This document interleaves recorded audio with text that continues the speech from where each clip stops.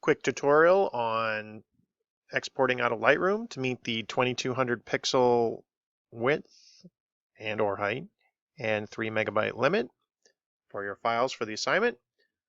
So you can see here in this folder I have a file that's 19,000 kilobytes, which is 19 megs. In my sample image folder, I've already imported that into Lightroom. You can see it's the same file name. I've already imported it. Let's just assume that I've done all the work I want to do. Now I'm going to export it.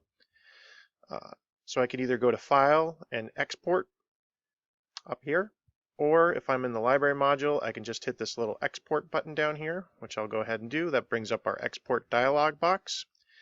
I already have my export location set to the same folder where the current file is located. For file renaming, I have a custom name set up. I'm just going to call it Evans/Brian or -Brian -01. So it's going to rename my file and export. And the only other two settings that we're going to worry about in terms of this tutorial are the file settings and your image sizing. So for file settings, you can set it to about 90 at 2200 pixels on a long edge. That's going to get you plenty of resolution in terms of it's going to look great. Not going to notice a difference in the file at all, but still bring that file size down. And an image sizing, you want to make sure your resize to fit button is checked, the don't enlarge button is checked, and you want to have in your width and height your maximum numbers as 2200 pixels.